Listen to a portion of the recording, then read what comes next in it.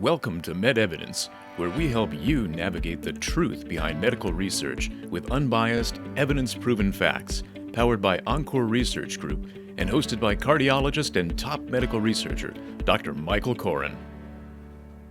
Dr. Koren, a MedEvidence listener asked, are you recommending flu vaccines for your patients? Great question, and the simple answer is I recommend them for the patients who need them. So who are the patients who need them?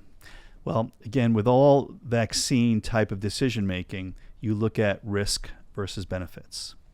And the risks are twofold. You have your personal health risk or your medical risk, and you have your exposure risk. So the exposure risk is who you're hanging out with. So if you're a healthcare worker like me, you're going to hospitals, you're dealing with a lot of sick people, that's a higher exposure risk. If you're in a job where you're exposed to a lot of people and it's hard to protect yourself, that's an exposure risk. One of the exposure risks that just came up is working in a meat packing plant. So there's a very famous case in a Iowa meat packing plant where lots of people got COVID because they were crammed together working closely side by side. So that would be considered an exposure risk. Your personal medical risk, of course, is based on the elements of your medical history. Do you have asthma? Do you have diabetes? Do you have a history of cancer?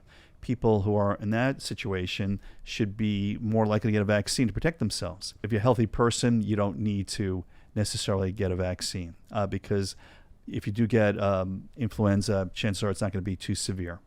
And there's also products in the market to help you with the medication should you start to develop symptoms of influenza. So there's a backstop. People that are older tend to have a worse time with influenza. So in general, people who are over age 65, I would generally recommend that they get the vaccine. And again, people that have heart disease, who are my patients that are over age 50, I would generally recommend getting the vaccine. My younger patients that maybe have palpitations or other relatively minor cardiac issues don't necessarily need to get a flu vaccine.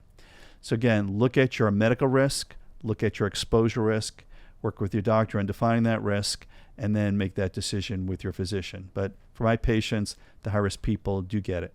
Thanks for joining the MedEvidence podcast. To learn more, head over to medevidence.com or subscribe to our podcast on your favorite podcast platform.